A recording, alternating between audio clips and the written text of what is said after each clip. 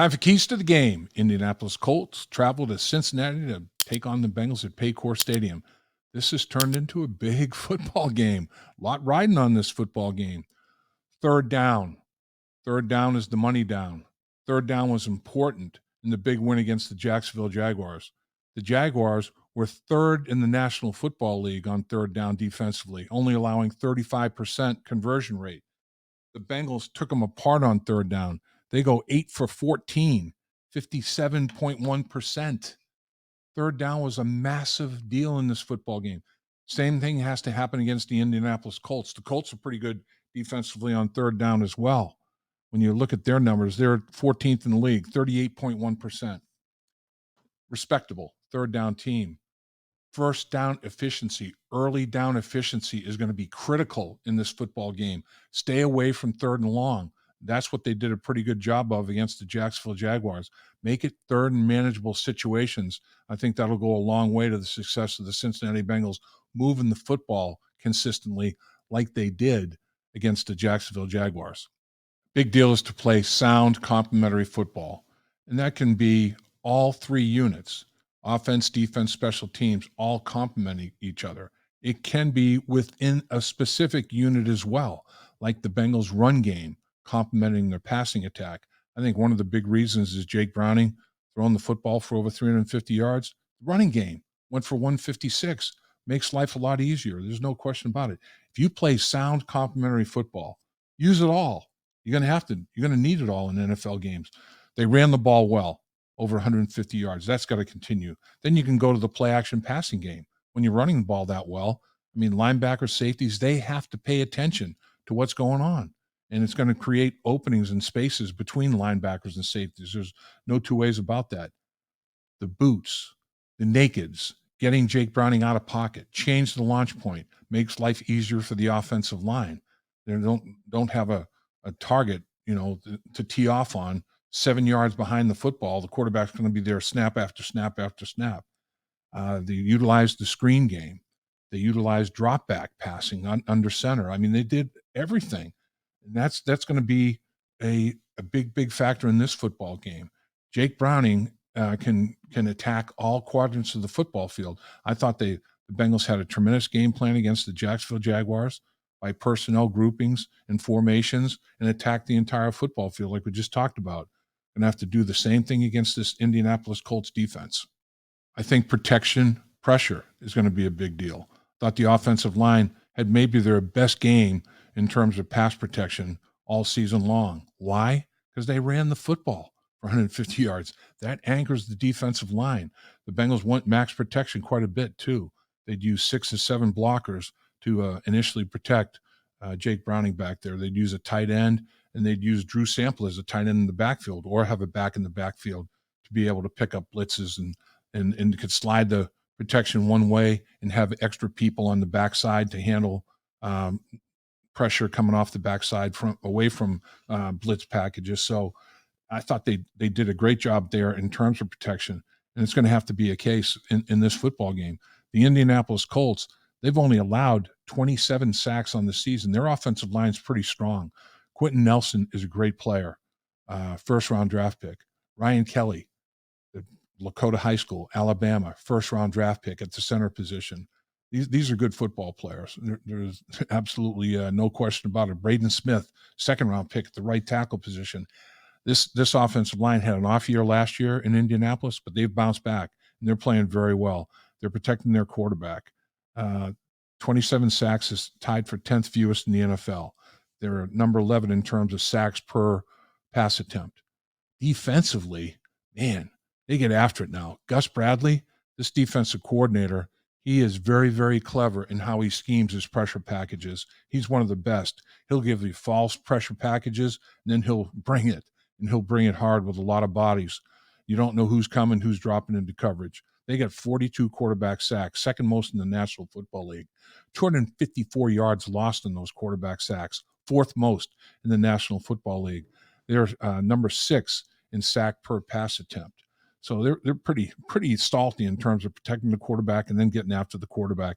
That plus 15 ratio in sacks, 27 allowed and 42 generated, is tied for 6th best in the National Football League.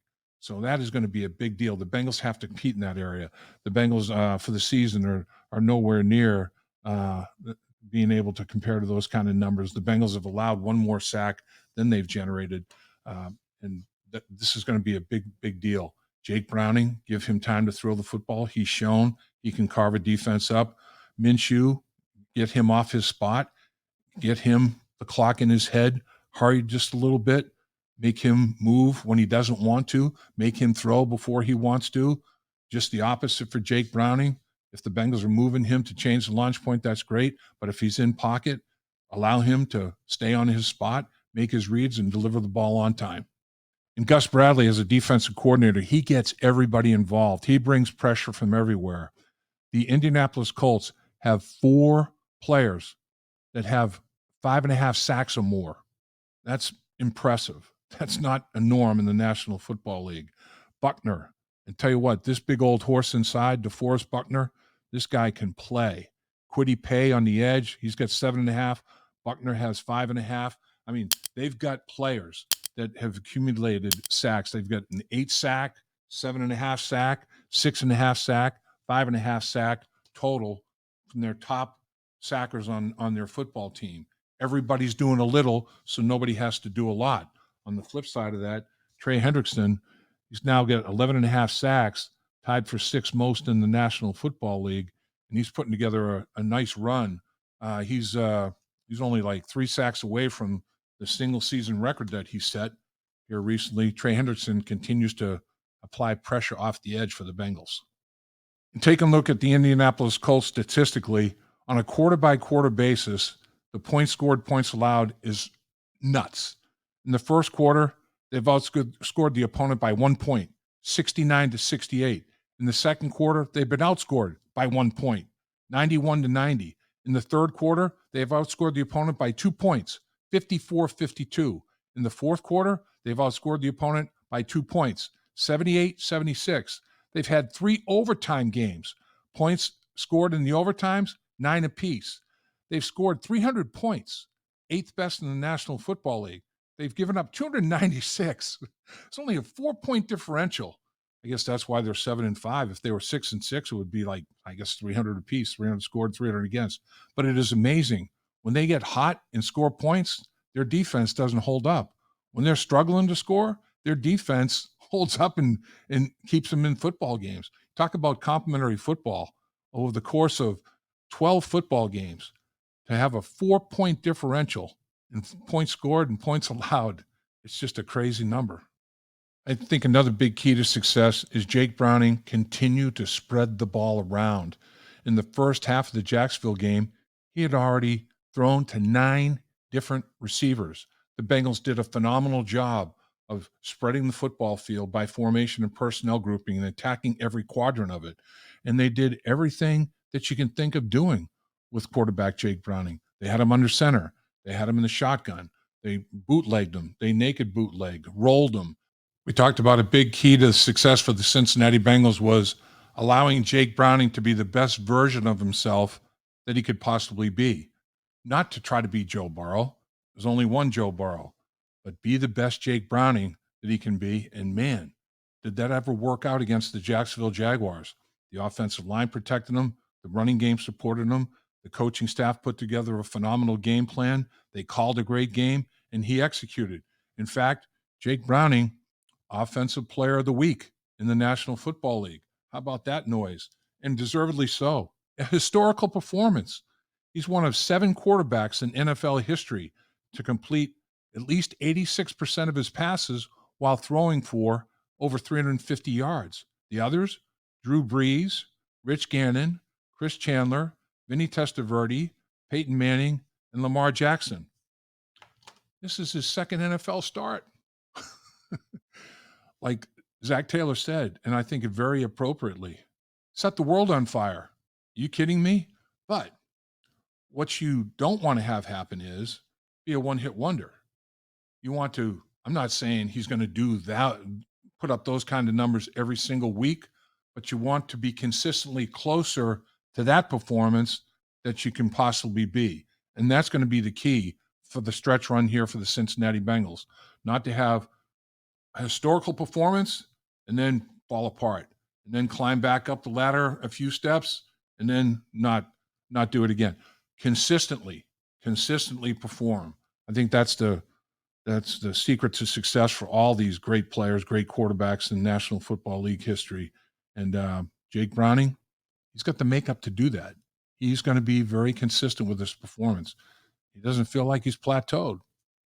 Man, I wonder where that plateau is.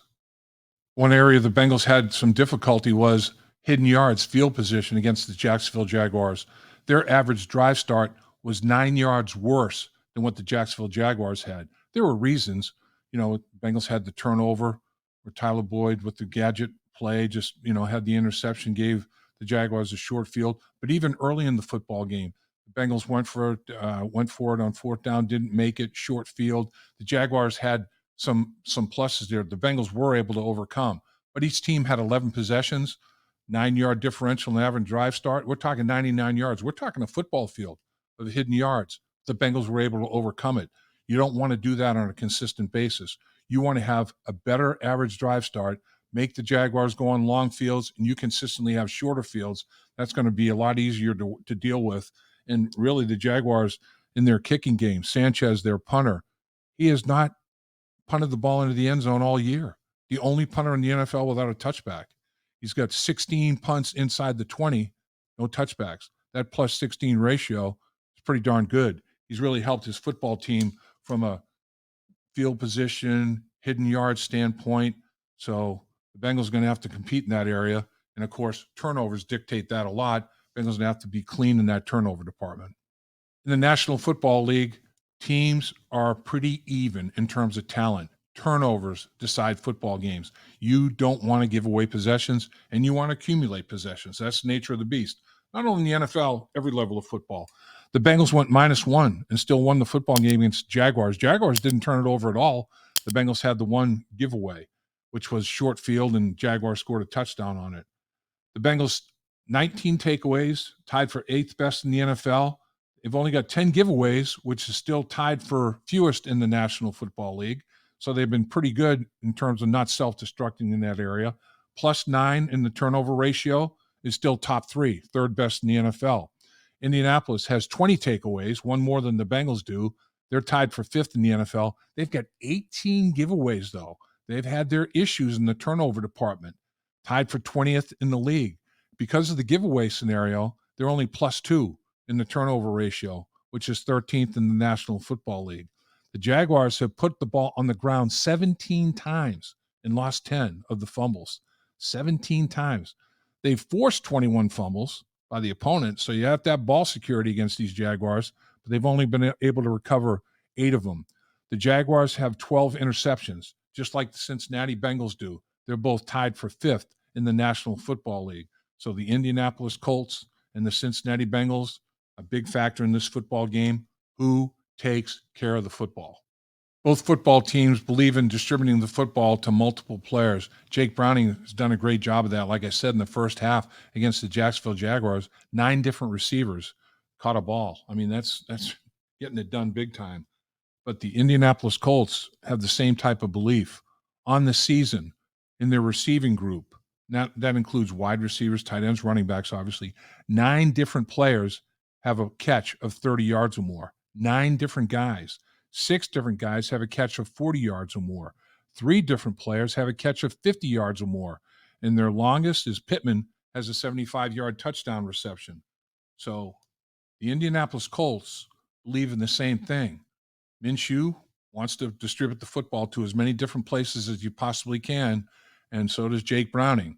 Now, Jamar Chase, he's going to be the focal point, and rightfully so. There's no doubt about that. Jamar Chase is a stud, and everything else revolves around and off of the efforts of Jamar Chase for the Bengals in the passing game. We look forward to another year of In the Trenches presented by First Star Logistics, but we wanted to give you some big news. This season, you'll find our interviews and keys to Bengals victory on In the Trenches in the First Star Media Group YouTube channel, along with our growing team of Joe Goodbury's Bengals on the Brain and Malik Wright's State of the Jungle. Also, the great folks at First Star Logistics have big plans this season with special giveaways each week the Bengals play. So be sure to visit both channels and our social media pages to stay updated on all giveaways and the latest news on the Bengals. So be sure to subscribe to the First Star Media Group YouTube channel, as after this season, it'll become the channel that will host all our content. Dave Lapham here, and every day I am grateful for my experience to have played professional football. As a player, I realize self-motivation, leadership, and appreciating your teammates are key. At First Star Logistics, you can use those same attributes to create the life you want for you and your family. Build your future by working hard like I did. You'll see results both on and off the field. Call First Star Logistics today and be part of our winning team. Opportunity knocking.